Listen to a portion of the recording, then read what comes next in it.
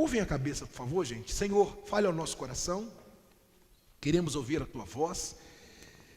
Vem aqui nos exortar, nos ensinar e falar ao nosso coração. Não permita que nada tire a nossa atenção. O que eu te peço e agradeço em nome de Jesus. Amém. Amém? Vamos lá então.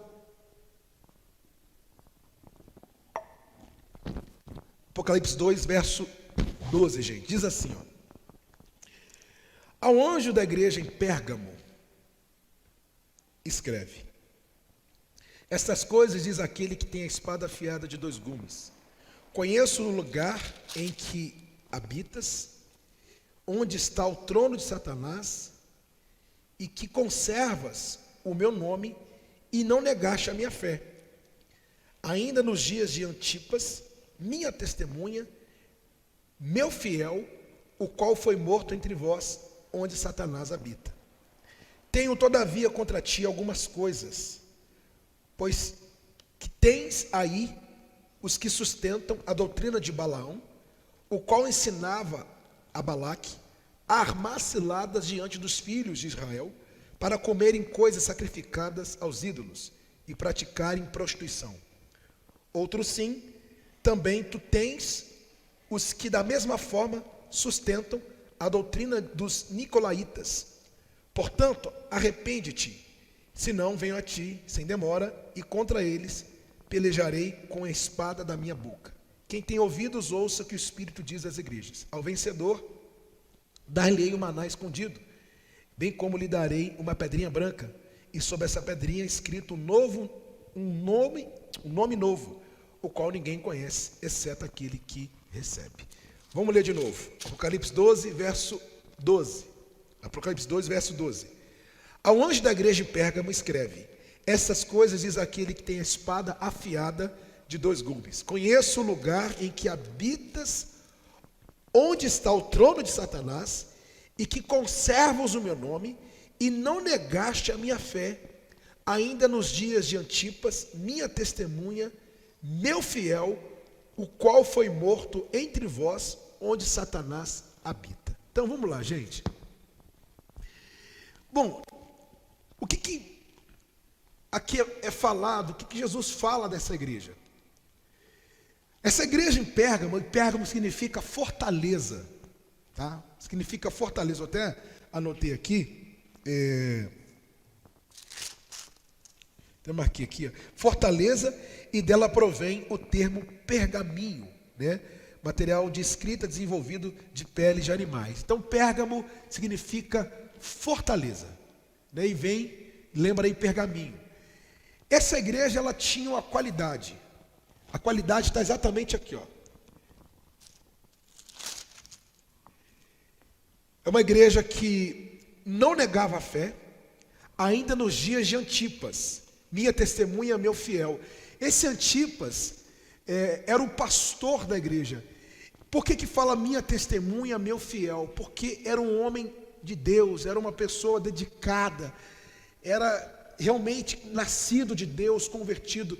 Não tinha apenas um título de líder, não era apenas um líder, mas ele levava as pessoas a Cristo. Então, essa igreja tinha uma qualidade, ela não negava a fé. Ela não negava a fé. E quando aqui fala que conheço onde habita, sei onde está o trono de Satanás, aqui quer dizer o seguinte: eu sei de tudo, eu sei das obras de vocês, eu sei o que se passa, eu sei onde Satanás habita. Aqui Deus, o Senhor Jesus quis demonstrar para a igreja inteira o quanto ele sabe, o quanto ele sonda, o quanto ele conhece. Muito bem. Por mais que essa igreja não negava a fé, era uma igreja que assumia a fé, tinha um problema. Olha só o verso 14. Tenho todavia contra ti algumas coisas, pois que tens aí os que sustentam a doutrina de quem, gente? De Balaão, o qual ensinava a Balaque a armar ciladas diante dos filhos de Israel, para comerem coisas sacrificadas a ídolos e praticarem a prostituição. Então, olha só. Era uma igreja que não negava a fé, só que sustentava a doutrina de Balaão e dos nicolaítas, que falamos, se eu não me engano, foi na semana retrasada, que eram os que vinham com falsos ensinos, os que distorciam a palavra. A doutrina de Balaão era uma doutrina que sustentava tanto a comida oferecida a ídolos, como também a prostituição. Então imagine uma igreja sustentando essa doutrina. Imagine o povo da igreja sustentando isso, né? Hoje a gente tem muito isso, igual eu falei outro dia na live. Nós temos, por exemplo, igrejas lugares, né, que nem se posso chamar, nem sei se posso chamar de igreja, que a Bíblia foi mexida, a Bíblia foi distorcida. Igreja que tolera, que aceita o pecado, vou falando claro, a prostituição não, prostituição é uma coisa normal. Ou seja, está sustentando uma coisa que não é, sustentando um pecado. Então, dentro dessa igreja, haviam pessoas que sustentavam essa doutrina. E eu vou dizer uma coisa para vocês: qualquer doutrina que foge da palavra de Deus não pode ser sustentada. Não pode. Não pode. Por exemplo, nós temos aí a doutrina da graça. Somos salvos pela graça. Essa tem que ser sustentada. Por quê? Essa está dentro de onde? Da palavra. Então, a sã doutrina, as doutrinas que estão dentro da palavra, essas doutrinas sim, que são doutrinas não criadas pelo homem, não feitas pelo homem, mas doutrinas de Deus, essas doutrinas devem ser sustentadas sempre. Agora, a doutrina que está fora da palavra, essa não pode ser sustentada. Então eles sustentavam a prostituição, a ídolos, né, a idolatria, podemos entender assim, porque eles comiam comidas sacrificadas a ídolos, e também a doutrina dos nicolaítas, que eram justamente aqueles que vinham com falsos ensinos, com falsos ensinamentos, com coisas distorcidas, e aquilo era sustentado. Imagine a bagunça dentro da igreja. Eu fico imaginando como fica uma igreja dessa, sustentando uma coisa que totalmente errada. E uma coisa que é importante falar, aproveitando essa questão de bagunça, você vê que a doutrina que vem de Deus não tem bagunça. A doutrina que vem de Deus é uma doutrina direita, é uma doutrina que coloca ordem, gente. Agora, quando tem desordem, sabe, quando traz confusão, você vê que hoje a gente tem, por exemplo, gente que discute na internet questão de doutrina, assim, não, eu creio nessa doutrina, mas o que a Bíblia fala dessa doutrina? Não, a Bíblia não fala dessa doutrina, mas a doutrina, não, mas não fala, mas é assim que tem que ser, não. O que a palavra de Deus fala sobre ela? Se a palavra de Deus não concorda com ela, se a palavra de Deus está fora dela, então essa doutrina não pode ser sustentada. Essa palavra não pode ser sustentada. E eles sustentavam as doutrinas erradas, tanto a doutrina de Balaão, como também a doutrina dos nicolaítas. E aí no verso 16, que eu já falei dos nicolaítas, olha o que ele diz: portanto, arrepende-te, se não venho a ti sem demora, e contra eles pelejarei com a espada da minha boca. Então, de novo, o que Deus pede para essas pessoas? Arrepender. Gente, quando a gente fala em arrependimento, eu falo para vocês, toda a Bíblia, os profeta Isaías, profeta Ezequiel, profeta Jeremias, profeta Daniel, todos os profetas, maiores e menores, todos os profetas, eles discursavam, eles tinham uma palavra. Qual era a palavra? Arrependimento.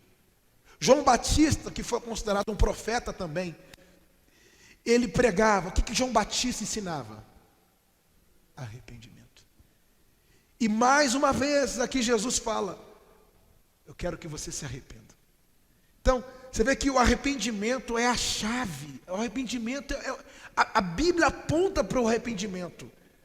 Sempre assim, qualquer palavra, pessoal, qualquer pregação que tiver aqui, qualquer pregação, posso pregar o que for, que essa mensagem sempre vai trazer o quê?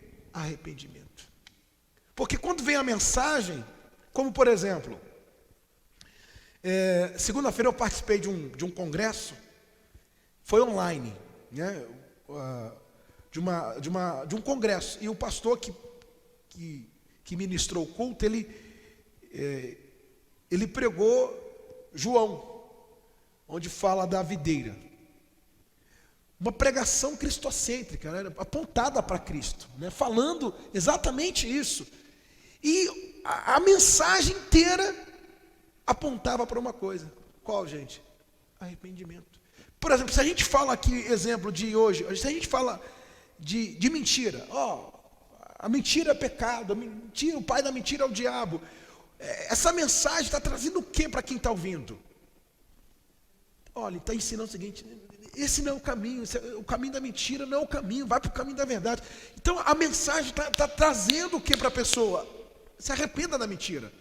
Então toda a Bíblia, qualquer livro que você lê, ela sempre vai apontar para Cristo. Entenda, aponta para Cristo. E para a pessoa traz o arrependimento. É sempre assim, arrependimento e Cristo. Arrependimento, qualquer mensagem. Posso falar de ansiedade. Posso falar de ansiedade na Bíblia. Pregando de ansiedade, vai trazer, apontar para Cristo e arrependimento. Então aqui Jesus ele fala, pede para a igreja, arrependimento. Se não, venho a ti com a espada que sai da minha boca. Essa espada aqui é castigo. Porque é o seguinte, se a pessoa não se arrepende, para onde ela vai? Para onde, gente? Para onde a pessoa vai que a pessoa não se arrepende? Para o inferno. Para o inferno. Então, a palavra que sai da minha... Senão eu vou vir com a espada que sai da minha boca. Essa espada que sai da minha boca, ele quis dizer o seguinte, castigo. E de fato, ele amou o mundo de tal maneira que deu seu único filho, para que aquele que nele crê não pereça, mas tenha vida eterna. Então, se a pessoa não se arrepender, se ela não crê naquilo que foi feito, se ela não crê na obra da cruz, se ela não crê na graça, se ela não crê na obra de Cristo, então certamente ela vai perecer. Então, ele fala, arrependa, eu quero arrependimento, senão eu venho sem demora. E de fato, a vinda de Cristo não é demorada. Ele pode chegar a qualquer momento. E quando ele vier, você pode ter certeza, vai separar ovelhas dos cabritos e vai fazer justiça. Vai trazer, ele vai vir como juiz. Salvos e não salvos. Amém? E aí, continuando, diz assim, quem tem ouvidos, ouça o que o Espírito diz às igrejas. Ao vencedor, dar-lhe-ei do maná, o que, gente? Escondido. Deixa eu parar aqui, eu anotei aqui para vocês. Assim como Israel recebeu o maná de Deus, assim como Israel recebeu o maná, Deus prometeu dar ao verdadeiro cristão, crente, o pão espiritual que o mundo descrente não pode ver, Jesus Cristo. Então, a Bíblia diz que Cristo é o pão vivo que desceu do céu. Quando você pão que desceu do céu, você lembra de quê? Israel. Estavam com fome, o que aconteceu? O maná veio. Então, quando a pessoa se arrepende, ela recebe o pão vivo, ela recebe o maná escondido que é Jesus. Deu para entender? Então, aqui o maná escondido é Cristo, é Jesus, o pão vivo. E aí, ele termina dizendo assim, bem como lhe darei uma pedrinha branca, sobre essa pedrinha escrito um novo nome, o qual ninguém conhece, exceto aquele que o recebe. Por que pedrinha branca? Por que novo nome? Olha que bacana isso. Quando um atleta vencia nos jogos, muitas das vezes recebia, como parte do prêmio, uma pedra branca, que era um bilhete de entrada para a celebração da entrega dos prêmios aos vencedores. Isso talvez retrate o momento em que o vencedor receberá o bilhete para que possa participar da celebração eterna, vitória no céu. Então a pedrinha branca era como se fosse um bilhete, que ele entrava, o que ganhava nos jogos, ele recebeu a pedrinha branca, era como se fosse um ingresso, um bilhete de entrada para a celebração dos prêmios. Então, quando ele fala pedrinha branca, é como se ele desse para a gente o direito de celebrar a vitória. Qual é o prêmio? Qual é o prêmio que nos espera? A salvação eterna. Então, quando ele fala ao vencedor, dar-lhe-ei pedrinha branca, ou seja, ao vencedor, o que perseverar, o que se manter firme até o fim, esse vai poder entrar no meu reino. Esse vai poder celebrar a vitória eterna. Amém? E quando ele fala, deixa eu voltar aqui. Aqui, quando ele fala, por exemplo, um novo nome, olha só que bacana.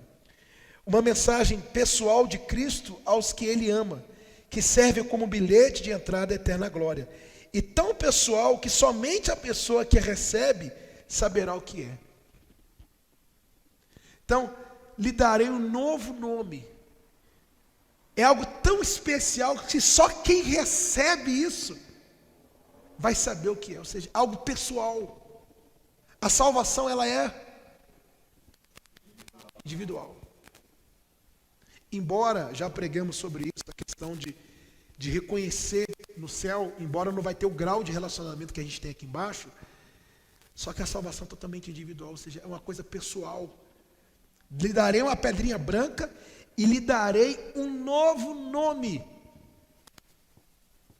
Um novo nome, ou seja, e a Bíblia diz, lá em João fala, que Cristo, o pastor, ele chama as ovelhas, né? Ele fala com as ovelhas e elas ouvem, elas entendem. Então, relacionamento. Então, o mesmo relacionamento que a gente tem com Deus aqui embaixo, teremos lá, só que lá será um relacionamento eterno. Essa pedrinha branca é a entrada no reino de Deus e só é dada para quem se arrepender. Você vê que ele fala primeiro do arrependimento e depois ele vem falando da recompensa desse arrependimento. Ele vem dizendo: ao vencedor dar-lhe-ei uma pedrinha branca, lhe darei um novo nome, receberá o maná escondido. Mas primeiro começou onde? No arrependimento. Depois vem maná escondido. Olha que bacana. Arrependimento, Jesus, que é o maná escondido. Depois vem pedrinha branca, seja a entrada no reino, né, a celebração e um novo nome, ou seja, algo pessoal. Novo nome também nos traz a ideia do seguinte: a vida aqui embaixo, as coisas passadas vão ficar, não vamos levar nada desse lugar lá para cima. Um novo nome, ou seja, uma nova vida, um novo céu e uma nova terra. Amém? Fiquem de pé, por gentileza. É maravilhoso isso. Então, é isso que Deus quer da gente, arrependimento. E a gente não pode, gente, de maneira nenhuma, sustentar aquilo que não é verdade. Eu até quero fazer aqui um breve comentário. Isso é até bacana, vou até comentar isso nas próximas lives, dessa mensagem aqui. Algumas pessoas olham para nós e falam assim, as que nos conhecem: muitas coisas, eu vi que você deixou de fazer muitas coisas, por que não mais faz isso, por que mais não faz aquilo? Porque coisas que não estão mais, coisas que não estão mais, que nunca estiveram, na verdade, né? Coisas que não estão alinhadas com a palavra, nós não podemos sustentar. Não podemos mesmo, não podemos. Nada de heresia, nada. Por exemplo, a doutrina, nem sei se posso chamar assim, mas vamos lá. De elementos, né, coisas, elementos. Isso, aquilo, água, sal, essas coisas. O que a Bíblia fala disso? Nada. Fala nada disso. É igual domingo terminei o culto. Após o culto, fiquei conversando com algumas pessoas e teve um jovem que veio, até de outro ministério, e ele estava falando para mim exatamente o seguinte, falou, olha, eu conversando com uma pessoa, falei com ela assim, já vinha falando as verdades para ela, do verdadeiro evangelho e tal, e ela, mas não sei o que, faz o seguinte, não precisa me ouvir não, leia a Bíblia sozinho, leia, você, não precisa, leia você, sem, começa a ler a Bíblia, lê sozinho a Bíblia, em casa, começa a ler, sem, leia na igreja, mas leia sozinha também. Ele falou que a pessoa guardou isso e começou a ler a Bíblia sozinho, sem o óculos da religiosidade, não teve jeito. Começou a confrontar doutrinas que não estão de acordo. É isso que eu estou falando. Tudo, o que tem que ser sustentado, gente? O que está dentro da palavra. Amém? Está fora, não pode ser sustentado, tem que ser arriscado. Muitas coisas que um dia eu sustentei, por falta de esclarecimento, hoje eu não sustento mais. Porque hoje os meus olhos foram abertos e eu estou esclarecido. E seria, desculpa a palavra, seria burrice da minha parte sustentar uma coisa que eu sei que não é verdade. Como é que você vai sustentar uma coisa que não é verdade? Não, de maneira nenhuma. A não ser que seja com outras intenções, que é para, não, vou sustentar porque isso aqui, enganar os outros, mas o que não é verdade não pode ser sustentado de maneira nenhuma. Amém? Fecha os olhos, por favor. Senhor, obrigado por essa palavra. No nosso coração, mais uma vez, o Senhor nos ensina, o Senhor pede arrependimento, e que aqueles que ainda não arrependeram, aqueles que ainda estão cegos, os que sustentam as coisas erradas, as doutrinas erradas, aquilo que foge da tua palavra, vem, Senhor, trazer o arrependimento para o coração dessas pessoas e abrir os olhos de todas elas. Ó Pai amado e querido, queremos a tua presença em nós sempre, a tua força em nós sempre, Jesus. Vem nos capacitar, vem nos fortalecer, seja o nosso guia, a nossa vida está em tuas mãos, o nosso coração está em tuas mãos, pois tu és digno de honra, digno de glória, Jesus. Vem nos conduzir, vem nos iluminar.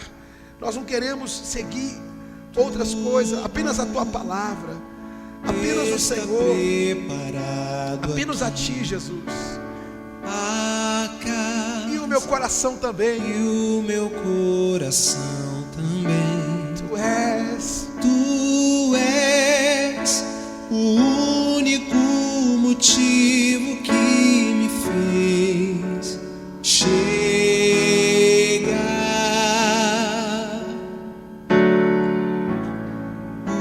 Os filhos já estamos chegando aqui. Já estão chegando aqui. Agora somos 2 ou 3 ou mais. O meu coração disposto a queimar por ti. Todos os versos e canções que eu consegui cantar, todas as vezes quebrantado, só quero te falar. Teu é o reino e a glória para sempre. Teu é o domínio. Teu é o domínio e o poder. Amém. Amém. Teu é o reino. Teu é o reino. Glória. E a glória para sempre. Teu é o domínio e o poder. Amém. Amém. Só tu és santo, Senhor. Só tu és santo.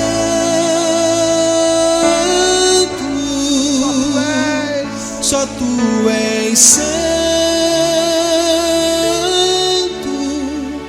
Não há outro como tu. Não há outro. Não há outro como tu. Não há outro. Não há outro como tu. Não há outro como Jesus. Só tu és santo. Tu és santo,